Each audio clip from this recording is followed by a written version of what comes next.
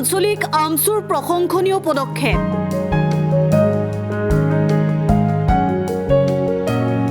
সদৌ সংখ্যালঘু ছাত্ৰ ইউনিয়ন দৰং জিলা সমিতিৰ অন্তৰ্গত ৰাজাপুখুৰী আঞ্চলিক সমিতিৰ প্ৰশংসনীয় পদক্ষেপ।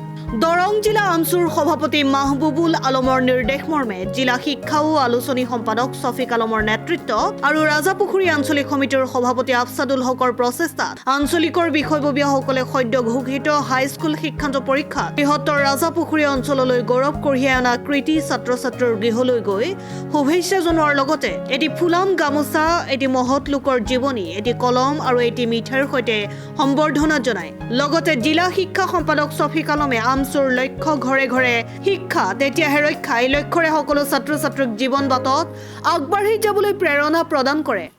মোৰ ভাল লাগছে, মানে এই ছোৱালীজনী হয়তো বহুত কষ্টৰ মাধ্যম দি হয়তো ভাল এটা ফলাফল দেখাইছে, তাৰ কাৰণে নতৈ আনন্দিত।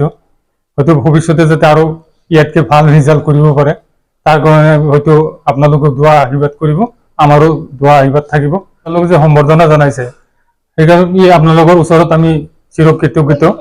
মানে আপোনালোকে যে ঘৰত আহিছে আমাৰ খা খবৰ ল'বৰ কাৰণে, তাৰ কাৰণেও আপোনালোকক ধন্যবাদ জ্ঞাপন কৰিলোঁ। হয়, দৰং জিলা আমচুৰ সন্মানীয় সভাপতি মাহবুবুল আলম ডাঙৰীয়াৰ নিৰ্দেশ মৰ্মে আজি ৰাজাপুখুৰী আঞ্চলিক সমিতিয়ে সদ্য ঘোষিত মেট্ৰিক পৰীক্ষাত ভাল ফলাফল দেখুওৱা ছাত্ৰ ছাত্ৰীসকলৰ ঘৰে ঘৰে গৈ এখনি ফুলাম গামোচা, এটি কলম, এখনি কিতাপ আৰু এটি মিঠাই সৈতে মানে তেওঁলোকক উৎসাহিত কৰে, সম্বৰ্ধনা জনায়। এই কাৰ্যক ৰাজাপুখুৰী আঞ্চলিক সমিতিক আমি ধন্যবাদ জ্ঞাপন কৰিছোঁ।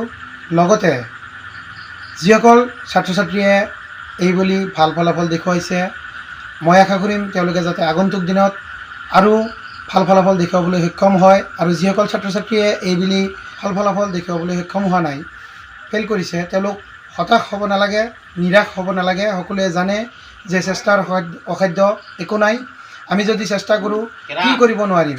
গতিকে তেওঁলোকে হতাশ নহৈ, নিৰাশ নহৈ তেওঁলোকে পুনৰ তেওঁলোকৰ যি অধ্যয়ন কাৰ্য তেওঁলোকে চলাই যাওক আৰু এটা সময়ত তেওঁলোকে ইয়াতকৈ ভাল ফলাফল দেখুৱাবলৈ তেওঁলোকে সক্ষম হ'ব। যিহেতু বিশেষকৈ দৰং জিলা সমিতিৰ সভাপতি মাহবুবুল আলম ডাঙৰীয়াৰ নিৰ্দেশ মৰ্মে আমি ৰাজাপুখুৰী আঞ্চলিক সমিতিয়ে আজি হাইস্কুল শিক্ষান্ত চূড়ান্ত পৰীক্ষাৰ উত্তীৰ্ণ হোৱা প্ৰতিগৰাকী ছাত্ৰৰ ঘৰে ঘৰে যাই যি এক ব্যৱস্থা লৈছোঁ যে প্ৰতিজন ছাত্ৰ ছাত্ৰীক ফুলাম গামোচা, লগতে লাড়ু, কি এটা পুথি, তাৰ লগত কলম, সেইবোৰ দি উৎসাহিত কৰিছোঁ।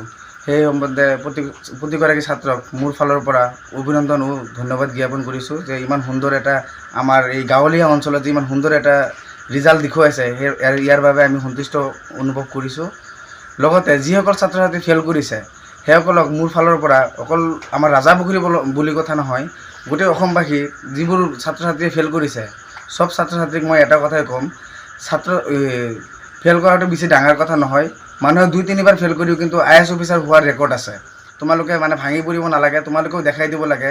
যিসকলে ভাল ছাত্ৰ ছাত্ৰীয়ে ভাল ৰিজাল্ট কৰিছে সেইসকল ছাত্ৰ ছাত্ৰীৰ নিচিনাকৈ তুমিও যাতে ভাল ৰিজাল্ট কৰিব পাৰা, তুমি যাতে এটা সময়ত IAS অফিচাৰ, UPSC সেইবোৰ কৰি ভাল ৰিজাল্ট দেখুৱাই দিব পাৰা।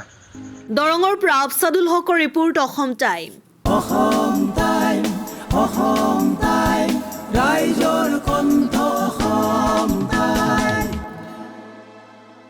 আপোনাৰ প্ৰিয় চহৰ নলবাৰীত নিজাববীয়াকৈ বসবাস কৰাৰ সপোন আছে নেকি?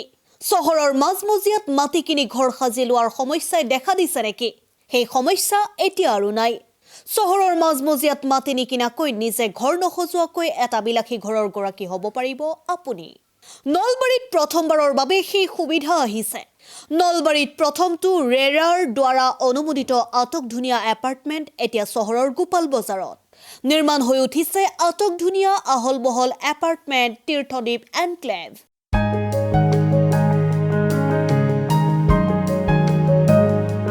চহৰৰ গোপাল বজাৰৰ DIC পথত নিৰ্মাণ হৈ উঠিছে তীৰ্থদ্বীপ এনক্লেভ এপাৰ্টমেণ্ট।